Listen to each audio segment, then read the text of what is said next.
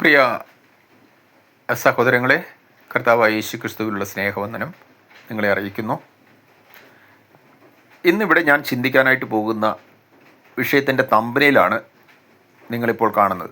യോഹന്നാൻ എഴുതിയ സുവിശേഷം 2-ാം അധ്യായം 1 മുതൽ 11 വരെയുള്ള വാക്യങ്ങൾ. പുതിയ നിയമം വെളിപ്പെടുത്തുന്ന സംഭവങ്ങളെ നാം എങ്ങനെയാണ് മനസ്സിലാക്കേണ്ടത്? നമുക്കറിയാം, പുതിയ നിയമത്തിൽ ധാരാളം സംഭവങ്ങൾ നമ്മൾ സുവിശേഷങ്ങൾ വായിക്കുമ്പോൾ മനസ്സിലാക്കാനായിട്ട് കഴിയുന്നുണ്ട്. യേശുക്രിസ്തു ഒരു സമൂഹത്തിൽ ഇടപെടുമ്പോൾ, അല്ലെങ്കിൽ ഒരു വ്യക്തിയോട് ഇടപെടുമ്പോൾ അവിടെ എന്തൊക്കെയാണ് സംഭവിക്കുന്നത്, അവിടെ എന്തൊക്കെ മാറ്റങ്ങൾ ഉണ്ടാകുന്നു എന്നാണ് നമ്മൾ തിരുവചന പുസ്തകത്തിൽ നിന്ന് കാണുന്നത്. എന്നാൽ ഇപ്രകാരമുള്ള സംഭവങ്ങൾ നമുക്കറിയാം, യേശു കർത്താവ് വന്നത് പഴയ നിയമ കാലഘട്ടത്തിലാണ്. അതാണ് യഹോവയുടെ തികവുള്ള ന്യായപ്രമാണം നിലനിൽക്കുമ്പോഴാണ്, ആ ന്യായപ്രമാണത്തിന് കീഴിൽ ഒരു ജനത ജീവിച്ചു വരുമ്പോഴാണ് ആ ന്യായപ്രമാണം മനുഷ്യരിൽ ഫലമണിയുന്നില്ല എന്ന് കാണിച്ചു കൊടുത്തുകൊണ്ട് അപ്രകാരമുള്ള ഒരു വ്യവസ്ഥയുടെ കീഴിൽ നിന്ന് മനുഷ്യർക്ക് പൂർണ്ണമായി മോചനം നൽകി മനുഷ്യരെ പുതിയൊരു വ്യവസ്ഥയുടെ കീഴിലേക്ക് മാറ്റുന്ന ഒരു പ്രവൃത്തിയാണ് യേശുക്രിസ്തു ചെയ്യുന്നതായിട്ട് അവിടുത്തെ ക്രൂശ് മരണത്തിലൂടെ നമുക്ക് കാണാനായിട്ട് കഴിയുന്നത്.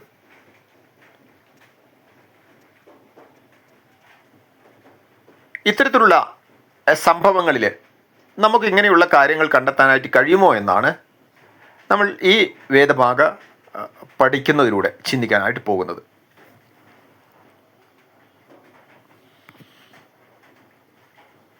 നമുക്ക് ആ തിരുവചന ഭാഗം യോഹന്നാൻ എഴുതിയ സുവിശേഷത്തിൽ നിന്ന് ഒന്ന് വായിക്കാം. യോഹന്നാൻ എഴുതിയ സുവിശേഷം 2-ാം അധ്യായം അതിൻ്റെ 1 മുതലുള്ള വാക്യങ്ങൾ. 3-ാം നാൾ ഗലീലയിലെ കാനാവിൽ ഒരു കല്യാണം ഉണ്ടായി. യേശുവിൻ്റെ അമ്മ അവിടെ ഉണ്ടായിരുന്നു. യേശുവിനെയും ശിഷ്യന്മാരെയും കല്യാണത്തിന് ക്ഷണിച്ചിരുന്നു. വീഞ്ഞു പോരാതെ വരികയാൽ യേശുവിൻ്റെ അമ്മ അവനോട്, അവർക്ക് വീഞ്ഞില്ല എന്ന് പറഞ്ഞു. യേശു അവളോട്, സ്ത്രീയെ, എനിക്കും നിനക്കും തമ്മിലെന്ത്? എൻ്റെ നാഴിക ഇതുവരെ വന്നിട്ടില്ല എന്ന് പറഞ്ഞു. അവൻ്റെ അമ്മ ശുശ്രൂഷക്കാരോട്, അവൻ നിങ്ങളോട് എന്തെങ്കിലും കൽപ്പിച്ചാൽ അത് ചെയ്വിൻ എന്ന് പറഞ്ഞു. അവിടെ യഹൂദന്മാരുടെ ശുദ്ധീകരണ നിയമം അനുസരിച്ച് 2-3 പറ വീതം കൊള്ളുന്ന 6 കൽപ്പാത്രം ഉണ്ടായിരുന്നു. യേശു അവരോട്, ഈ കൽപ്പാത്രങ്ങളിൽ വെള്ളം നിറപ്പിൻ എന്ന് പറഞ്ഞു. അവർ വക്കോളവും നിറച്ചു. ഇപ്പോൾ കോരി വിരുന്നുവാഴിക്ക് കൊണ്ടുപോയി കൊടുപ്പിൻ എന്ന് അവൻ പറഞ്ഞു. അവർ കൊണ്ടുപോയി കൊടുത്തു. അത് എവിടെ നിന്ന് എന്ന് വെള്ളം കോരിയ ശുശ്രൂഷക്കാരല്ലാതെ വിരുന്നുവാഴി അറിഞ്ഞില്ല. വീഞ്ഞായി തീർന്ന വെള്ളം വിരുന്നുവാഴി രുചിച്ചു നോക്കിയാറെ മണവാളനെ വിളിച്ചു. എല്ലാവരും ആദ്യം നല്ല വീഞ്ഞും ലഹരി പിടിച്ച ശേഷം എളുപ്പമായതും കൊടുക്കുമാറുണ്ട്. നീ നല്ല വീഞ്ഞ് ഇതുവരെയും സൂക്ഷിച്ചു വെച്ചുവല്ലോ എന്ന് അവനോട് പറഞ്ഞു. യേശു ഇതിനെ അടയാളങ്ങളുടെ ആരംഭമായി ഗലീലയിലെ കാനാവിൽ വെച്ച് ചെയ്തു. തൻ്റെ മഹത്വം വെളിപ്പെടുത്തി. അവൻ്റെ ശിഷ്യന്മാർ അവനിൽ വിശ്വസിച്ചു. യോഹന്നാൻ എഴുതിയ സുവിശേഷത്തിലെ യേശുക്രിസ്തു ഇടപെട്ട ഒരു സംഭവമാണ് നമ്മളിപ്പോൾ വായിച്ചു കേട്ടത്. അതെ, ആ വിവാഹം നടക്കുന്ന ഭവനത്തിലേക്ക് യേശുവിനെയും ശിഷ്യന്മാരെയും കർത്താവിൻ്റെ അമ്മയെയും ക്ഷണിച്ചിരുന്നു. അതെ, ക്ഷണിക്കുന്ന ഇടത്തേക്ക് യേശു കടന്നു ചെന്നു എന്നുള്ളതാണ് നമുക്കിതിൽ നിന്ന് മനസ്സിലാക്കാൻ കഴിയുന്ന ഒന്നാമത്തെ ഒരു സംഗതി. അതെ, നമ്മളും നമ്മുടെ ജീവിതത്തിലെ യേശുവിനെ ക്ഷണിക്കുകയാണെങ്കിൽ തീർച്ചയായിട്ടും യേശു നമ്മുടെ ഭവനത്തിലേക്ക് കടന്നു വരും. ഇനി ആ ഭവനത്തെക്കുറിച്ച് നമുക്കൊന്ന് ചിന്തിക്കാം. യഹൂദന്മാരുടെ ഭവനങ്ങളിൽ ഈ വിവാഹ കാര്യങ്ങളും മറ്റും നടക്കുമ്പോൾ, മറ്റു പല പ്രധാന ചടങ്ങുകളും നടക്കുമ്പോൾ വീഞ്ഞ് പങ്കുവയ്ക്കുക എന്നുള്ളത് ഒരു പ്രധാനപ്പെട്ട ഒരു ഭാഗമാണ്. അപ്പോൾ ഇങ്ങനെ പങ്കുവയ്ക്കാൻ വീഞ്ഞില്ലാതെ വന്ന ഒരു സംഭവത്തിൽ യേശുക്രിസ്തു ഇടപെടുന്നതും ആ കുടുംബത്തെ രക്ഷിക്കുന്നതും നമുക്ക് കാണാനായിട്ട് പറ്റും. അത് ഇവിടെ വീഞ്ഞ് തികയാതെ വന്ന സന്ദർഭത്തിൽ യേശുക്രിസ്തുവിൻ്റെ വാക്കുകൾ അനുസരിച്ച ആ വ്യക്തികളുടെ ജീവിതത്തിൽ അവർ വലിയ മാറ്റങ്ങൾ അവിടെ കണ്ടതായിട്ട് നമുക്ക് കാണാൻ കഴിയും. അതെ, വെള്ളം വീഞ്ഞായി തീർന്നിരിക്കുന്നു എന്നുള്ളതാണ് ഇവിടെ നടന്ന ഒരു വലിയ വീര്യപ്രവൃത്തി. നമുക്കറിയാം, ഒരു കുടുംബത്തിന് സംഭവിക്കാൻ പോകുന്ന അല്ലെങ്കിൽ ഉണ്ടാകാൻ പോകുന്ന അപമാനത്തിൽ നിന്ന് യേശുക്രിസ്തു ആ ഭവനത്തെ രക്ഷിച്ചതായിട്ട് നമുക്ക് കാണാനായിട്ട് കഴിയും. ഇസ്രായേലിലെ ഒരു കുടുംബത്തിൻ്റെ സംഗതിയാണ് ഇത്. നമുക്കറിയാം, മനുഷ്യ കുലത്തെ നമ്മൾ പരിശോധിക്കുമ്പോൾ ആദാം ഹൗവ ദമ്പതികളുടെ മക്കളായിട്ടാണ് ഭൂമിയിൽ എല്ലാവരും പിറന്നു വീഴുന്നത് എന്ന് നമുക്ക് മനസ്സിലാക്കാനായിട്ട് പറ്റും. അങ്ങനെയാണെങ്കിൽ ഇന്ന് ഭൂമിയിലുള്ള സകല മനുഷ്യരും ഒറ്റ കുടുംബത്തിൻ്റെ ആളുകളാണ്. നമ്മൾ ഭാഷകളായും ഗോത്രങ്ങളായും ജാതികളായും ദേശങ്ങളായും വിവിധ വർണ്ണ വർഗ സാമ്പത്തിക ഇങ്ങനെയുള്ള കാര്യങ്ങളുടെ അടിസ്ഥാനത്തിലൊക്കെ വേർതിരിച്ച് നിർത്തുന്നുണ്ട് എങ്കിലും എല്ലാ മനുഷ്യരും ആദാമിൻ്റെ സന്തതികളാണ്. അതെ, അവർക്ക് ആദാമിൻ്റെ സന്തതികൾക്ക് ആദാമിന് ലഭിച്ചിട്ടുള്ളതായിട്ടുള്ള പല കാര്യങ്ങളും പകരപ്പെട്ട് നൽകിയതായിട്ട് നമുക്ക് കാണാനായിട്ട് കഴിയും. ഏദൻ തോട്ടത്തിലെ ആദിമ പിതാക്കൾ ജീവിക്കുമ്പോൾ അവർക്ക് അവിടെ പാപസ്വഭാവം ഉണ്ടായിരുന്നില്ല. എന്നാൽ അവർ ദൈവത്തോടുള്ള ഒരു അനുസരണക്കേട് നിമിത്തം അവരിലേക്കൊരു പാപസ്വഭാവം കടന്നു വന്നതായിട്ട്, അല്ലെങ്കിൽ പാപത്തിൻ്റെ വാഴ്ച അവരുടെ ജീവിതത്തിൽ സംഭവിച്ചതായിട്ട് നമുക്ക് കാണാൻ കഴിയും. ഏദൻ തോട്ടത്തിൽ വെച്ച് സന്താന സമൃദ്ധിയുള്ളവരായി പെരുകി ഭൂമിയിൽ നിറഞ്ഞു വാഴുവാനുള്ള ആ ഒരു വാഗ്ദത്തം അവർക്ക് ലഭിച്ചിരുന്നെങ്കിലും അത് നിറവേറ്റപ്പെടുന്നത് അവർ കൽപ്പന ലംഘിച്ചതിന് ശേഷമാണെന്ന് നമുക്ക് കാണാനായിട്ട് കഴിയും. അങ്ങനെ കൽപ്പന ലംഘിച്ച മനുഷ്യർ, അതിൻ്റെ ഫലമായി അവർക്ക് ഉണ്ടായ മക്കളാണ് ഇന്ന് ഭൂമിയിൽ കാണുന്ന മാനവകുലം. അവിടെ യേശു കർത്താവ് ഇടപെട്ട് ഒരു കുടുംബത്തിൻ്റെ അപമാനം മാറ്റിയെങ്കിൽ ഇന്ന് എന്താണ് യേശു കർത്താവിനെ കൊണ്ട് നമുക്ക് ആവശ്യമെന്ന് ഈ സന്ദർഭത്തിൽ നമ്മൾ ചിന്തിക്കുന്നത് നല്ലതായിരിക്കും. ഞാൻ കാണുന്നത് മനുഷ്യവർഗത്തെയും അല്ലെങ്കിൽ മനുഷ്യകുലത്തെയും ബാധിച്ചിട്ടുള്ള ഒരു അപമാനമാണ് പാപം എന്നുള്ളത്. അത് സദൃശ്യവാക്യങ്ങൾ എന്ന് പറയുന്ന പുസ്തകത്തിൽ അതിൻ്റെ 14-ാം അധ്യായത്തിൻ്റെ 34-ാമത്തെ വാക്യത്തിൽ ഇങ്ങനെ രേഖപ്പെടുത്തിയിരിക്കുന്നതായിട്ട് നമുക്ക് കാണാനായിട്ട് കഴിയും. ഞാൻ ആ വാക്യം നിങ്ങളുമായിട്ട് പങ്കുവയ്ക്കാം. സദൃശ്യവാക്യങ്ങൾ 14-ാം അധ്യായം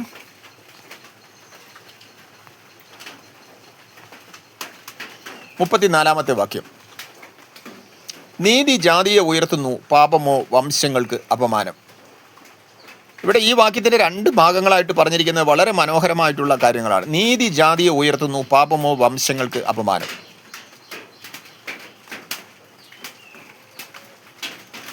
നീതിയാണ് ജാതികളെ ഉയർത്തുന്നത്. എവിടെ നിന്നാണ് ഉയർത്തുന്നത്? അതെ, അവർ അകപ്പെട്ട പാപത്തിൽ നിന്ന് അവരെ ദൈവസന്നിധിയിലേക്ക് ഉയർത്തുന്നത് ദൈവത്തിൻ്റെ നീതിയാണ്. ഇനി അങ്ങനെ ഉയരുവാൻ തക്കവണ്ണമുള്ള ആവശ്യം എന്താണ്? ആ ആവശ്യം എന്താണെന്ന് ചോദിച്ചാൽ അതാണ് പാപം. പാപമാണ് മനുഷ്യർക്ക് ദൈവസന്നിധിയിലേക്ക് ഉയർത്തപ്പെടുവാൻ പറ്റാതെ ആയിരിക്കുന്ന ഒരു കാര്യം.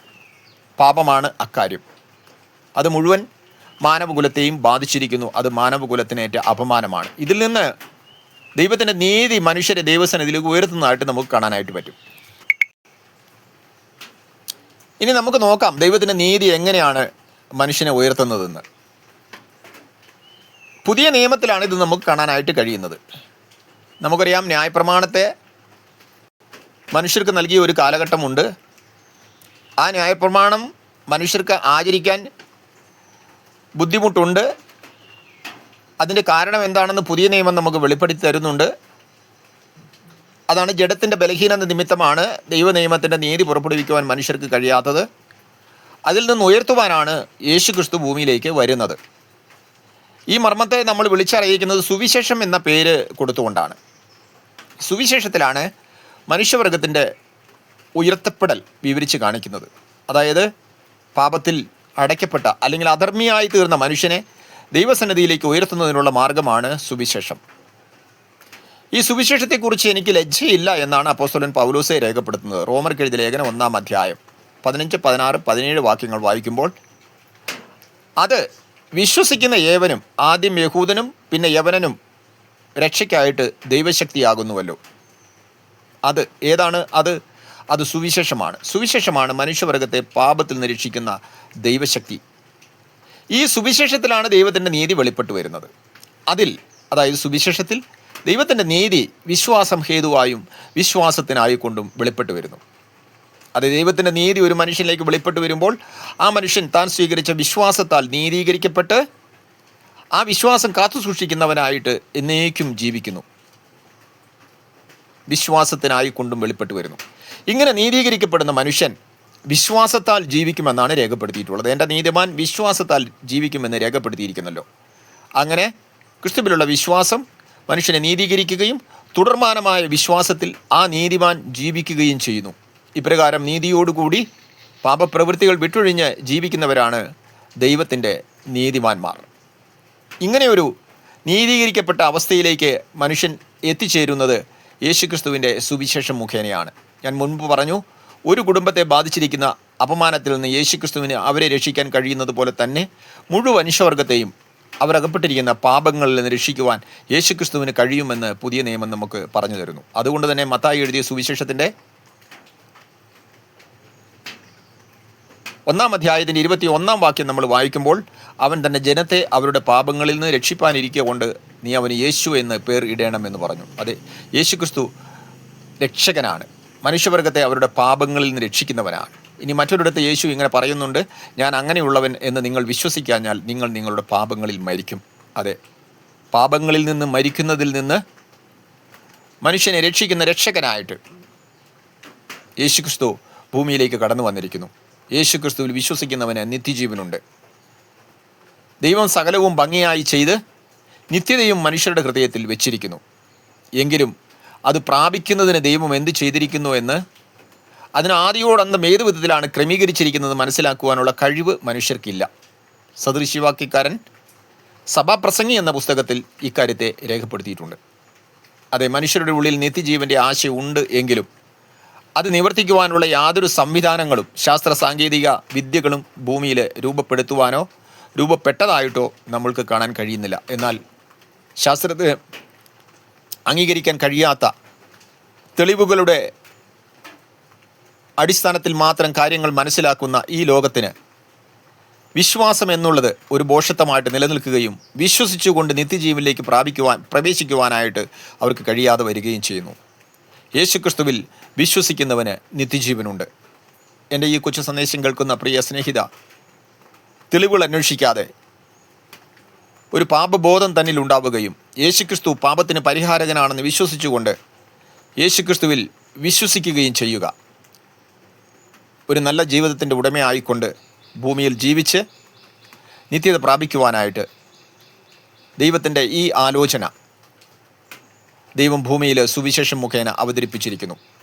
സങ്കീർത്തനക്കാരൻ പറയുന്നത് പോലെ അവിടുത്തെ ആലോചനയാൽ അവിടുന്ന് തന്നെ നടത്തും, ഒടുവിലെത്തിയതിൽ അവിടുന്ന് തന്നെ മഹത്വത്തിലേക്ക് കൈക്കൊള്ളും. അതെ, ദൈവത്തിൻ്റെ ഈ പ്രത്യേക ആലോചന പ്രകാരം നടക്കുവാൻ ഒടുവിലെത്തിയതിൽ അവിടുന്ന് ഓരോ മനുഷ്യനെയും, തന്നിൽ വിശ്വസിച്ച ഓരോ മനുഷ്യനെയും മഹത്വത്തിലേക്ക് കൈക്കൊള്ളുകയും ചെയ്യും എന്നുള്ള ആ തിരിച്ചറിവിൽ വിശ്വാസത്തിലേക്ക് കടന്നു വരുവാനും രക്ഷ പ്രാപിക്കുവാനും നിങ്ങൾക്ക് ഓരോരുത്തർക്കും ഇടയായി തീരട്ടെ. ഇനി എൻ്റെ സന്ദേശം കേൾക്കുന്നവർ വിശ്വാസത്തിലേക്ക് കടന്നു വന്നിട്ടുള്ളവരാണെങ്കിൽ അവരുടെ വിശ്വാസത്തിൽ തുടർമാനമായി നിലനിൽക്കുവാൻ, ഏത് ജീവിത സാഹചര്യങ്ങളെയും തരണം ചെയ്ത് നീ വിശ്വസിച്ചത് ജീവിതത്തിൽ ഭവിക്കട്ടെ, അല്ലെങ്കിൽ നിൻ്റെ വിശ്വാസം നിന്നെ രക്ഷിച്ചിരിക്കുന്നു എന്നുള്ള കർത്താവിൻ്റെ വാക്കുകൾ നമ്മിൽ നിറവേറിക്കൊണ്ട്, നീ വിശ്വസിച്ചാൽ ദൈവത്തിൻ്റെ മഹത്വം കാണുമെന്ന് ഞാൻ പറഞ്ഞില്ലയോ എന്നുള്ള കർത്താവിൻ്റെ വാക്കുകൾ നമ്മുടെ ജീവിതത്തിൽ പൂർണ്ണമായി നിറവേറുവാൻ, ആ പ്രത്യാശിക്കുന്ന ദിനത്തിലേക്ക് പ്രവേശിക്കുവാൻ എല്ലാവർക്കും ഇടയാകട്ടെ എന്നൊരിക്കൽ കൂടി ആശംസിച്ചുകൊണ്ടും പ്രാർത്ഥിച്ചുകൊണ്ടും ഈ കൊച്ചു പ്രഭാഷണത്തിൽ നിന്ന് ഞാൻ തൽക്കാലത്തേക്ക് പിൻവാങ്ങട്ടെ. കർത്താവായ യേശുക്രിസ്തുവിലുള്ള സ്നേഹവന്ദനം വീണ്ടും നിങ്ങളെ അറിയിക്കുന്നു. ആമേൻ.